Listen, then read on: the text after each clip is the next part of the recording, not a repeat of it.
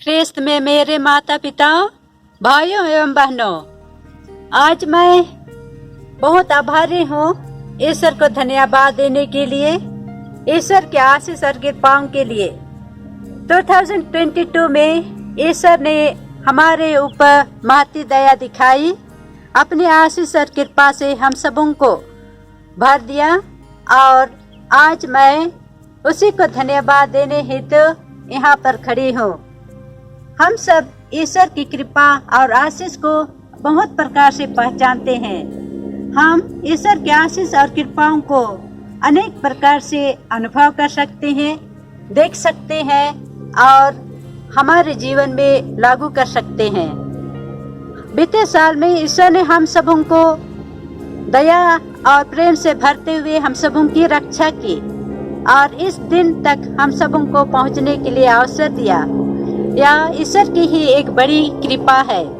और हम सब जानते हैं कि ये जीवन हमारे लिए एक महत्वपूर्ण और एक बड़ा वरदान है, जिसको हम अपने जीवन में अनेक प्रकार से सजाते हैं, श्रृंगारते हैं, लेकिन ईश्वर का कृपा और आशीष हमारे ऊपर कितनी आती है, कभी उसको हम लोग पहचान नहीं पाते। हमारे परिवार में भी ऐसे ही है। परिवार में ईश्वर की आशीष और कृपा अनेक प्रकार से आती है। कभी हम दुख तकलीफ को देखते हैं, लेकिन उस दुख तकलीफ के द्वारा से भी ईश्वर की इच्छा और उसका प्लान जो है वह हमारे जीवन में, हमारे परिवार में पूरी होती है। लेकिन दुख की घड़ी में हम लोग घबरा जाते हैं और हम लोग कभी कभी ईश्वर से भी क्वेश्चन पूछते हैं कि क्या के लिए ऐसा होता है, लेकिन यह ईश्वर की ही इच्छा है, ईश्वर की ही कृपा है, ईश्वर की ही आशीष और कृपाएं आती है, जिसको हम लोग दुख की घड़ी में पहचान नहीं पाते हैं। यदि ऐसी परिस्थिति है तो इन साल में, आने वाले साल में 2023 में हम लोग इस दुख की घड़ी में ज्यादातर हम लोगों का विश्वास को मजबूत करते हुए हम लोग देखेंगे कि ईश्वर दुख की घड़ी में भी हमारे ऊपर कैसे अपने आशीष और कृपाएं बरसाते हैं। हमारे जीवन में खुशी और आनंद केवल नहीं, लेकिन दुख के साथ साथ में ही हमारा कल्याण होता है, जो ईश्वर की इच्छा अनुसार होती है। इसको पहचानने के लिए हम विश्वास के दिल से, विश्वास की आंख से हम लोग उसको देखेंगे और तब हमारे जीवन में हम लोग उसको ग्रहण करते हुए, ईश्वर को धन्यवाद देते हुए और भी हमारे जीवन में, हमारे परिवार में ईश्वर की आशीष और कृपा को आने देने के लिए हम लोग तत्पर रहेंगे, तैयार रहेंगे। मैं विशेष करके बीते साल में बहुत प्रकार से ईश्वर की आशीष और कृपा को ग्रहण की और उसका अनुभव की और उसी के लिए मैं यहाँ पर एक दो शब्द धन्यवाद देने के लिए इस समय में मैं खड़ी हूँ, ताकि ईश्वर हमारा धन्यवाद का हृदय को पहचानते हुए, ग्रहण करते हुए आने वाले साल में भी हमारे साथ रह करके हमारे परिवार को अपनी आशीष और कृपा से भर दे। हम आने वाले साल के लिए, विशेष करके 2023 के लिए मैं आप सबों को ही शुभकामनाएं देती हूँ। विशेष करके हमारे परिवार में यदि हम लोग ईश्वर की कृपा और आशीष के लिए धन्यवाद नहीं थे, तो हम लोग धन्यवाद देते हुए ईश्वर की आशीष और कृपा को पहचानते हुए हम लोग उसी के ऊपर विश्वास और भरोसा रखते हुए एक अच्छा ख्रिस्तीय पारिवारिक जीवन जीने के लिए हम लोग कोशिश करेंगे। विश्वास में मजबूत रह करके हम लोग ईश्वर के ही ऊपर भरोसा रखते हुए ही हम एक अच्छा ख्रिस्तीय विश्वासी रह सकते हैं और ईश्वर की इच्छा अनुसार हम लोग अपना जीवन बिता सकते हैं। 2023 में हम लोग यही ध्यान में रखते हुए हम लोगों को समय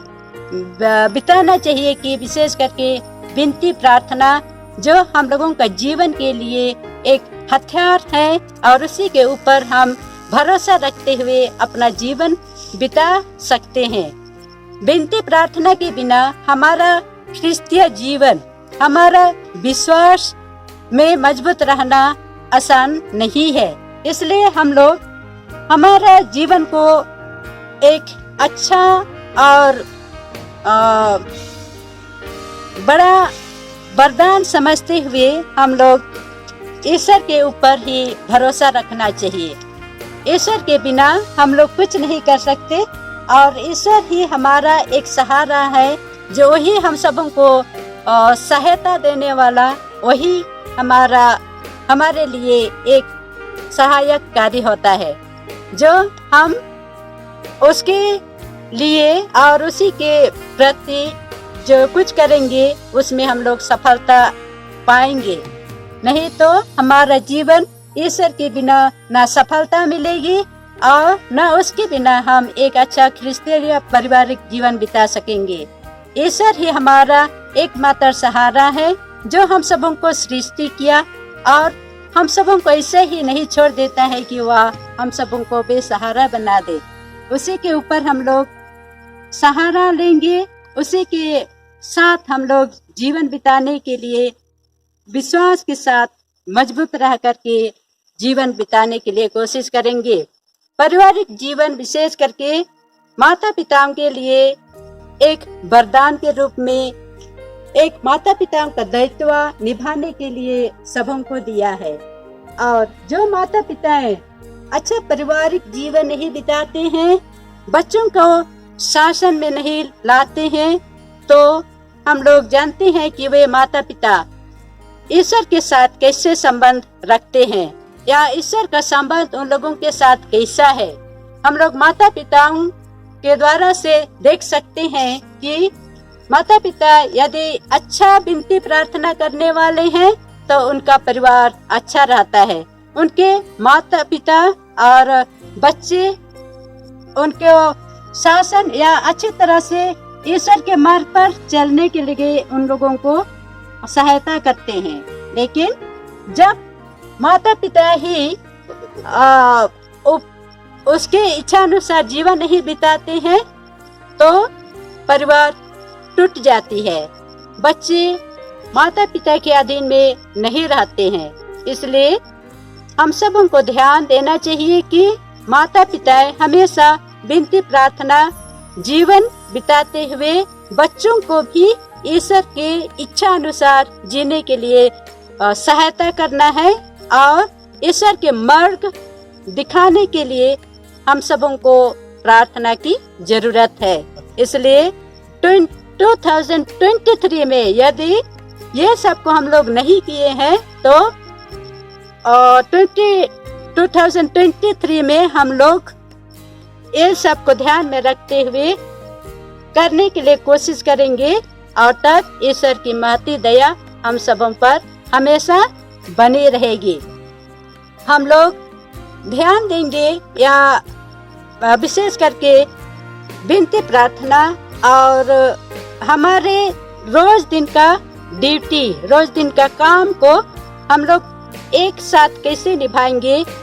उसके लिए हम लोग विशेष करके ईश्वर से ही सहायता और कृपा मांगते हुए ईश्वर के इच्छा अनुसार उसका रास्ता को पहचानते हुए हम लोग उसी के मार्ग पर चलने के लिए कोशिश करेंगे। और ये सब कृपाएं हम लोग अपने आप से नहीं किंतु ईश्वर से ही हम लोग उसको ग्रहण कर सकते हैं। इसलिए चलिए हम लोग इस नया साल को 2023 को हमारे जीवन में, हमारे परिवार में वेलकम करते हुए हम लोग अच्छा जीवन जीने के लिए कोशिश करेंगे और ईश्वर में भरोसा और ईश्वर में विश्वास रखते हुए हम लोग अच्छा जीवन जीने के लिए कोशिश करेंगे। आप सबों को नए साल की शुभकामनाएं देते हुए मैं सबों को धन्यवाद देती हूँ।